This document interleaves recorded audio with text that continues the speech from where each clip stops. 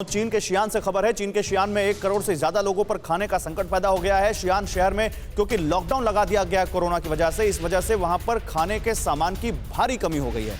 भूखमरी के कगार तक पहुंच चुके हैं शियान शहर में लाखों लोग।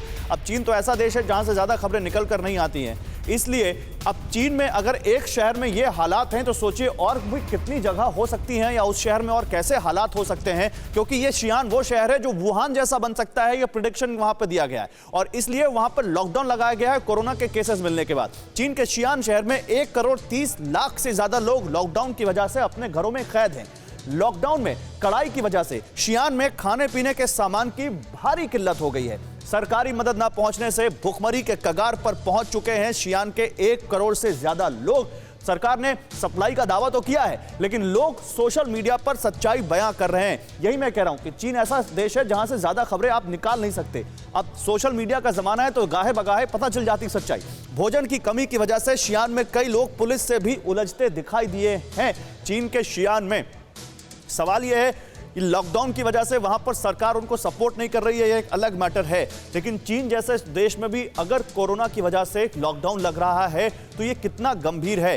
डॉक्टर सुरेश, लॉकडाउन तो नहीं लेकिन पाबंदियां तो बहुत आनी शुरू हो गई हैं। दिल्ली में भी सिनेमा हॉल्स को लेकर पाबंदियां आ गई हैं, रेस्टोरेंट्स को लेकर पाबंदियां आ गई हैं, पश्चिम बंगाल में भी हैं, नाइट कर्फ्यूज आ गए हैं। तो क्या ओमिक्रॉन का संक्रमण अगर सीवियर नहीं है लेकिन एहतियातन जो ये पाबंदियां हैं माने ये अभी लंबी रहने वाली हैं, क्या जनवरी फरवरी ऐसे ही जाएगा?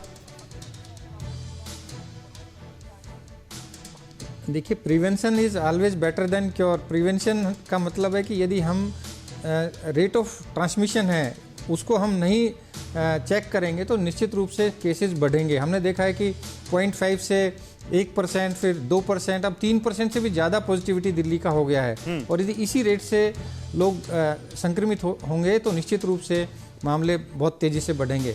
यदि हम school, college, malls, new year का सेलिब्रेशन, जैसे हमने देखा कि हज़ारों लोग कनॉट प्लेस में पहले इकट्ठा होते थे, तो इस बार जब हमने देखा कि ये बहुत तेज़ी से बढ़ रहा है तो उसके लिए बहुत चेक एंड बैलेंस की आवश्यकता है। और बहुत ज़्यादा कम्युनिटी गैदरिंग जहाँ पर होती हैं उसमें इन्फेक्शन का खतरा बहुत ज़्यादा रहता है, क्योंकि जब बहुत ज़्यादा हज़ारों लोग इकट्ठे होते हैं तो कुछ लोग भी संक्रमित हैं उस ग्रुप में, तो वो सबको इन्फेक्ट कर सकते हैं। इसलिए ये एक अच्छा कदम है और मैं समझता हूँ कि अभी ओमिक्रॉन का आपने देखा अच्छा कि तो कदम है, लेकिन बड़ी सर तेजी बहुत सारे लोग हैं, लेकिन ये तरह से ऊपर जा रहा है। ऐसी राह है ना जिस पर कांटे बिछे हुए हैं, क्योंकि आप इस पर चलते हैं, आप लॉकडाउन लगाते हैं या पाबंदियां लगाते हैं तो बहुत सारे लोगों का रोजगार भी उससे प्रभावित होता है। लेकिन अब क्या करें, कम फायदे के लिए ज्यादा बड़ा नुकसान या कम नुकसान के लिए एक ज्यादा बड़ा फायदा, ये डिसाइड करना पड़ता है बहुत सारी सरकारों को ऐसे समय में।